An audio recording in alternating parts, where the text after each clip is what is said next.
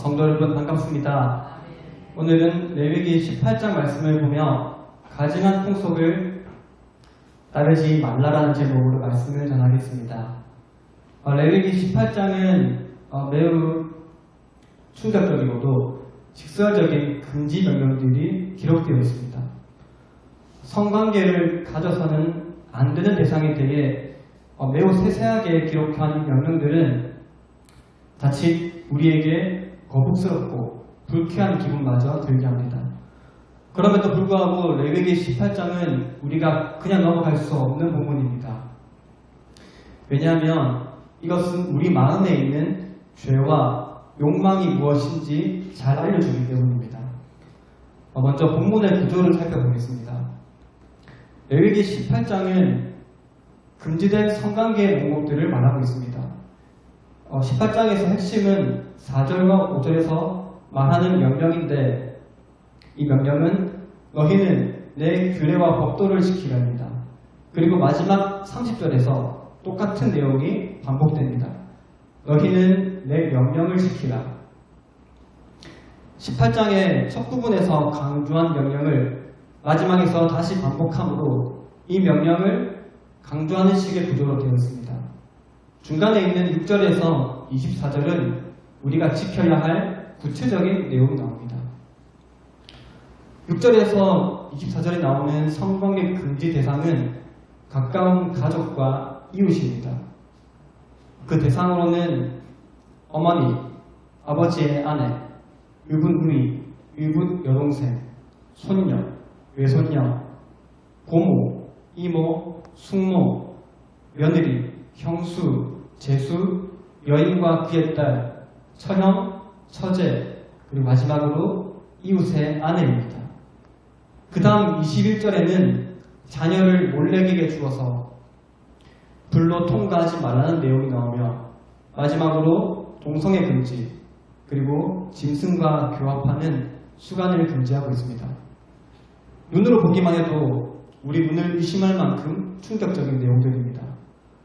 오늘날 우리가 보기에는 이 가나안인들의 성문화는 도덕성이 결여되고 천륜도 없는 문제가 아주 많은 성문화를 갖고 있는 게 아닌가라고 볼 수 있습니다. 그 말이 맞습니다. 이들은 결코 정상적이지 않는 성문화로 결국 하나님의 심판을 받아 그 땅에서 토함을 당했습니다. 이는 아주 변태적이고도 엽기적인 성문화입니다. 우리는 눈으로 읽기만 해도 그 지독함을 느낄 수가 있습니다. 그러나 이스라엘 백성들은 이런 문화 속에서 실제로 살았습니다.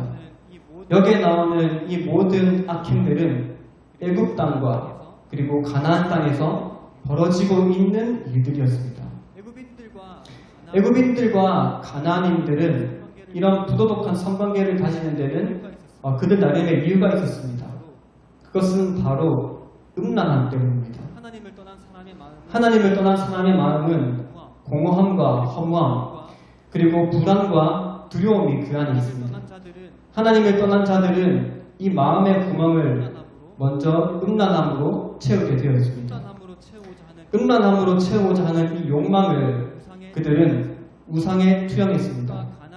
애국과 가나안인들이 믿는 신들은 모두가 가족 간의 성관계를 가졌습니다. 그들이 가졌다는 게 아니라 그들이 믿는 신들이 성관계를 가졌습니다. 그들이 믿던 신들은 신들 간의 성관계를 통해 또한 신들을 낳았는데 고대 근동 신화를 보면 근친 간의 결혼이 아주 일상적이었고 그로 인해서 부도덕한 성적 행위가 행해졌습니다. 고대 신화에는 근친 상간과 또 아버지 혹은 어머니를 살해하는 등의 주제들이 반복되어서 나옵니다. 신들이 하는 행동이 마치 사람이 하는 행동과 거의 유사함을 가집니다. 그들이 믿는 신들은 사람처럼 다른 신을 질투하고 또한 다른 신과 불륜을 저지르고 성관계를 통해 신을 낳고 다툼이 생겨서 분노하면 다른 신들을 살해하는 모습은 신들이 마치 사람처럼 행동한 것처럼 보입니다. 그들은 우상에게 자신들의 욕망과 그리고 공상을 투영했으며 그 우상들을 닮아갔습니다. 그들이 섬기던 신들이 근친간의 성관계를 가졌고 그로 인해 이 세상이 만들어지고 자기 민족이 존재하며 또한 그것을 통해 비가 오고 계절이 변한다고 믿었습니다. 애굽의 신들과 가나안의 신들은 그 종류와 이름이 다르지만 그럼에도 공통된 신이 있습니다. 그건 바로 비를 내리는 신, 날씨를 관장하는 신입니다. 애굽과 가나안은 국가는 다르지만 똑같은 역할을 하는 신이 있다는 말은 무엇을 뜻할까요? 그만큼 비가 중요했다는 말입니다. 애굽과 가나안인들에게 비는 풍요와 생존을 뜻합니다. 먼저 첫 번째로 비에 반영된 가치관인 풍요에 대해서 계속 살펴보겠습니다. 오늘 본문에 나오는 애굽인들과 가나안인들에게 비는 풍요를 가져다주는 요소로서 작용했습니다. 실제로 비가 제때에 알맞게 오면 그들은 풍요를 누렸습니다. 곡식이 넘쳐나게 되고 그에 기반하여서 국가의 여러 분야들이 안정을 누리게 됩니다. 그렇다면 물질적인 풍요를 경험한 사람은 마음이 넉넉해지는가? 비극적이게도 그렇지 않습니다. 마음이 넉넉해지지 않고 오히려 가진 것을 더 유지하고 그것을 움켜쥐게끔 만듭니다. 그러니 경제적인 풍요가 사람의 영혼에 풍요를 이끌어내지는 않다는 것입니다. 물질적인 풍요가 영혼에 만족을 주는 것까지 이어지지 않습니다.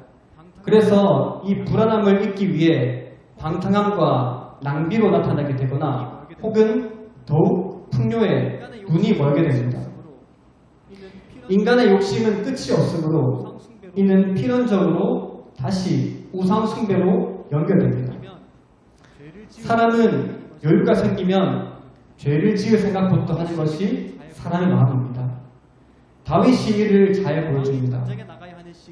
다윗은 왕이 전쟁에 나가야 하는 시기에 왕궁에 있었는데 왕궁에 거닐면서 그때 목욕을 하고 있는 밧세바를 보고 죄를 계획하고 결국에는 간음을 저지르게 됩니다. 내 삶이 좀 나아지면 죄를 안 짓겠지라고 생각할 수 있겠지만 사실은 그렇지 않습니다. 사람의 마음은 더 교묘한 죄를 계획하게 됩니다. 다윗은 자기의 죄를 은폐하려고 밧세바의 남편인 우리아를 불러서 거짓 친절을 베풀지만 그것이 실패로 돌아가자 결국 살인을 꾸미게 됩니다. 이것을 보면 다윗은 여유롭게 왕궁에서 쉬기보다는 오히려 전쟁터에 나가서 몸이 고생하는 편이 더 나았을 것입니다. 이 일로 인해 다윗은 남은 평생 동안 고통을 당하게 되는 것을 우리는 잘 알고 있습니다. 또한 이 세상에서 가장 큰 부귀와 풍요를 누린 솔로몬 역시 우상 숭배에서 자유로울 수 없었습니다. 솔로몬은 국가에 넘치는 재산과 노동력을 이용해서 우상의 신전을 짓는 데 사용합니다. 아무리 지혜롭고 똑똑하고 능력이 있다 해도 우상 숭배에 빠져버리게 된 것입니다. 솔로몬조차 우상 숭배에 빠졌는데 우리는 말할 필요도 없습니다. 우리 모두는 계속해서 지속적으로 우상 숭배의 위협에 노출되어 있습니다. 그러므로 지금 내가 처해 있는 상황에서 하나님을 예배하는 것이 중요합니다. 내 상황이 더 나아지면 경제적인 상황이 괜찮아지면 하나님을 예배해야 하지 않는 것은 사탄의 전략입니다. 물질적인 풍요가 우리를 하나님 앞으로 인도하지 않습니다. 그러므로 지금 주어진 환경과 상황 속에서 하나님께 감사하며 예배드리는 삶이 되시기를 바랍니다. 두 번째로 애굽과 가나안인들에게 비는 생존과 직결됩니다. 앞서 말했듯이 이 지역에 사는 사람들에게 비는 너무나 중요했습니다. 왜냐하면 그들의 경제가 농업사회였기 때문에 비는 그들에게 있어서 풍요함이자 생존과 직결된 요소입니다. 그러나 비는 내 마음대로 할 수가 없습니다. 비를 컨트롤할 수가 때에 맞춰서 비가 내려줘야 하는데 없으면 안 되는데 내가 비를 컨트롤할 수가 없습니다. 내 생활에 없으면 안 되는데 내가 어떻게 할 수 없을 때 내 계획 사람은 답답해서 미치려고 합니다. 안 오면 농작물이 다 말라서 내 계획대로 비가 와줘야 하는데 안 오면 농작물이 다 말라서 죽어버릴 것 같고 홍수에 또 그렇다고 비가 너무 많이 오면 농작물이 홍수에 다 떠내려가서 없어져 버리고 비를 기다리는 일은 불확실성이 너무나 큽니다. 사람은 불확실성을 좋아하는 사람은 아무도 없습니다. 사람은 이 불확실성 앞에 너무나 나약합니다. 그리고 우리는 뭐든지 확실한 것을 좋아합니다. 뭐라도 하게 만들어 내 목숨과 가족의 생활이 달려있는데 불안해서 비가 올 수도 있고 안 올 수도 있다는 불확실성은 사람을 나약하게 만들고 무언가 붙들 만한 것을 찾게 됩니다.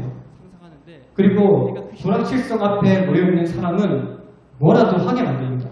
비가 내리지 않기 때문에 안 그러면 불안해서 현실을 견딜 수 없기 때문에 일단은 그래서 하나님을 떠난 사람은 우상을 만들어냅니다. 버리는 거. 내가 만들어낸 신이 비를 조종한다고 상상하는데 내가 그 신에게 잘하면 비가 내리고 잘 못하면 비가 내리지 않기 때문에 그래서 그 신에게 잘하기만 하면 비가 내린다는 자기만의 종교를 만들고 거기에 매몰돼버린 겁니다. 그래서 그들의 제사 방식 그렇게 열심히 우상 숭배라도 하는 것이 가만히 앉아서 기다리는 것보다는 신전에는 덜 고통스럽기 때문입니다.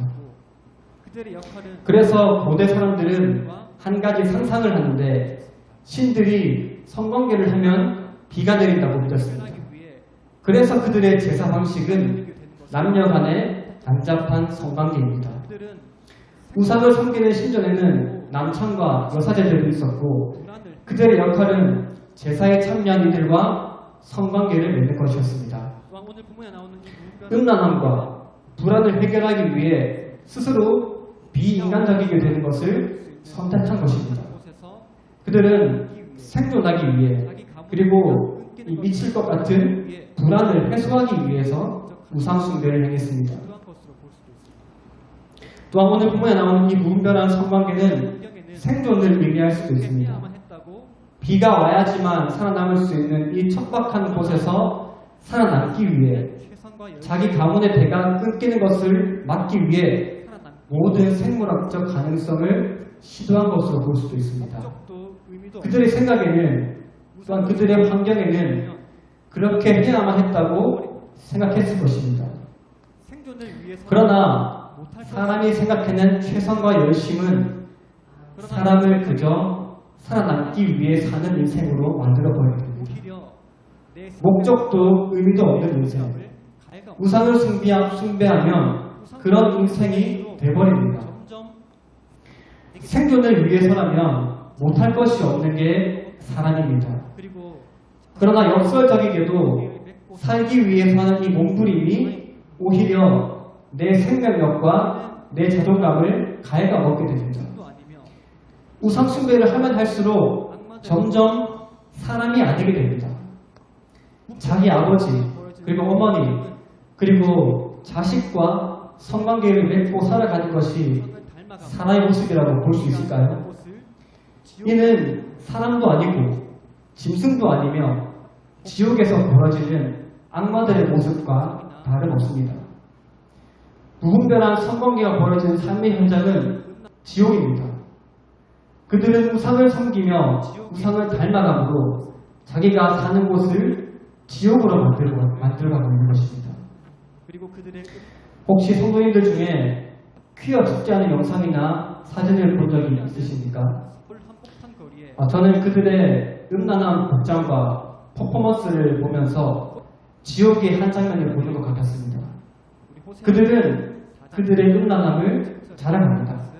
그리고 그들의 음란함을 인정해달라고 우리에게 말하고 있습니다. 그들이 먹어도 그들이 축제하는 서울 한복판 거리에 그들은 지옥을 불러왔습니다.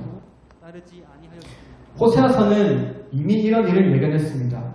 우리 호세아서 4장 10절과 17절, 18절 말씀 교독해서 읽겠습니다. 제가 먼저 10절을 읽겠습니다. 그들이 먹어도 배부르지 아니하며 음행하여도 수요가 늘지 못하니 이는 여호와를 버리고 따르지 아니하였음이니라. 다 함께 읽겠습니다. 그들이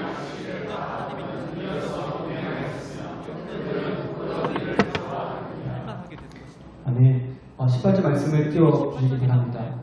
이 모든 음란함에 빠진 자들 그리고 우상 숭배에 빠진 자들은 결국 부끄러운 일을 좋아하게 됩니다. 점점 하나님의 형상을 잃어버리고 그들이 쫓는 우상의 모습을 닮아가게 되는 것입니다. 그것을 숭배하면 레위기 18장에 나오는 이 모든 비정상적인 성관계들은 우상 숭배에서 나온 행위들입니다. 왜냐하면 그렇다면 우상은 누가 만들었습니까? 사람의 음란함과 욕망이 만들었습니다. 음란함과 욕망이 우상을 만들고 그것을 숭배하면 만족을 얻을 것 같지만 우상은 우리에게 아무 말도 대답해주지 않습니다. 나에게 답을 해주지도 않지만 왜냐하면 우상은 생명력이 없기 때문입니다. 자리를 지키고 있습니다. 그럼에도 사람은 왜 우상을 만들고 섬기는가? 그것은 중요한 우상은 내 욕망을 나타내주고 유지해주기 때문입니다. 모양을 유지하는 것만으로 비록 그 대상이 내 말을 듣지도 못하고 나에게 답을 해주지도 않지만 내 욕망이 반영된 형상은 자리를 지키고 있습니다. 생명력이 있든지 없든지 그것은 중요한 것이 아닙니다. 그저 내 욕망이 없어지지 않은 채 모양을 유지하는 것만으로도 그것은 충분히 효력을 발휘합니다. 왜냐하면 하나님은 내 마음대로 내 욕망을 안 들어주시거든요. 하시는 겁니다. 하나님은 당연히 내 마음대로 사는 것을 허용하시지 않습니다. 성에 찬 왜 그럴까요? 그래서 이스라엘 그렇게 놔두면 망하니까. 놔두고 우리 마음대로 살면 망하기 때문에 최소한 그래서 하나님은 내 마음대로 살지 말고 하나님 말씀대로 살라고 하시는 겁니다. 우리 그 욕망이 당연히 우리 죄악된 본성에는 하나님 말씀이 성에 차지 않습니다. 그래서 이스라엘 백성들은 하나님을 놔두고 우리 내면에는 우상을 선택합니다. 최소한 우상은 우리 말을 듣고는 있는 것 같으니까. 무엇이 있을까? 그러나 우리 그 욕망이 실현되었을 때 무슨 일이 벌어지는가 하는 것이 오늘 나오는 뒤틀리고 왜곡된 성관계입니다. 그 욕망 우리 내면에는 이러한 욕망이 있습니다. 근친간의 끝까지 가보고 싶다. 관계, 동성애, 내 욕망의 끝에는 무엇이 있을까? 무절제, 이게 우리 내면에서 속삭이는 욕망입니다.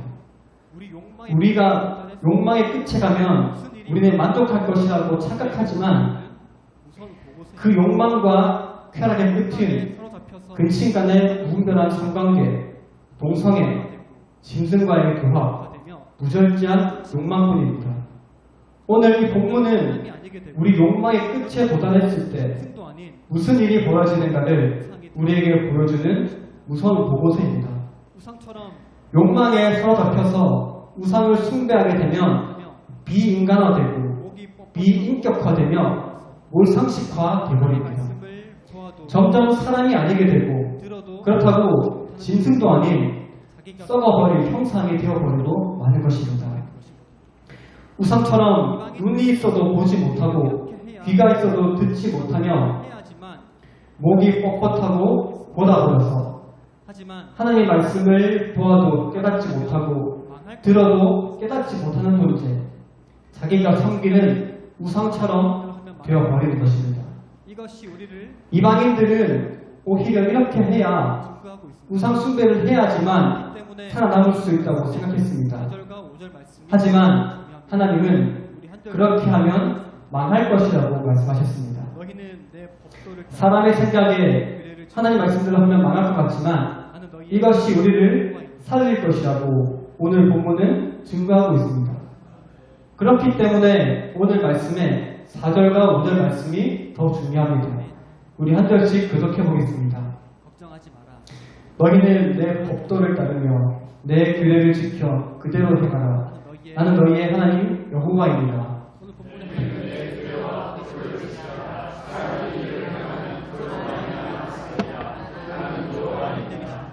아멘.